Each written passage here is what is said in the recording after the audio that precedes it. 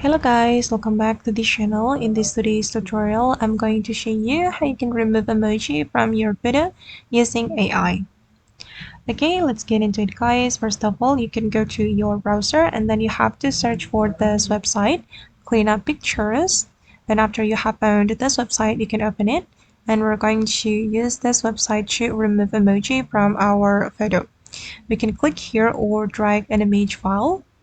And I'm going to choose a photo from my device. Wait guys, okay, this one. I'm going to remove emoji from this photo and I'm going to click on continue with SD. Okay, then we're going to remove the emoji like this. You can select the emoji you want to remove and then we can click on this option.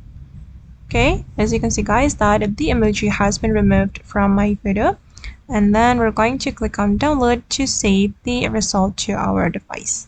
I'm going to click on download and the photo has been downloaded. That's so easy, right?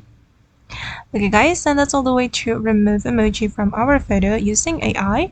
I hope this tutorial will be useful for you. Thank you so much for watching and bye.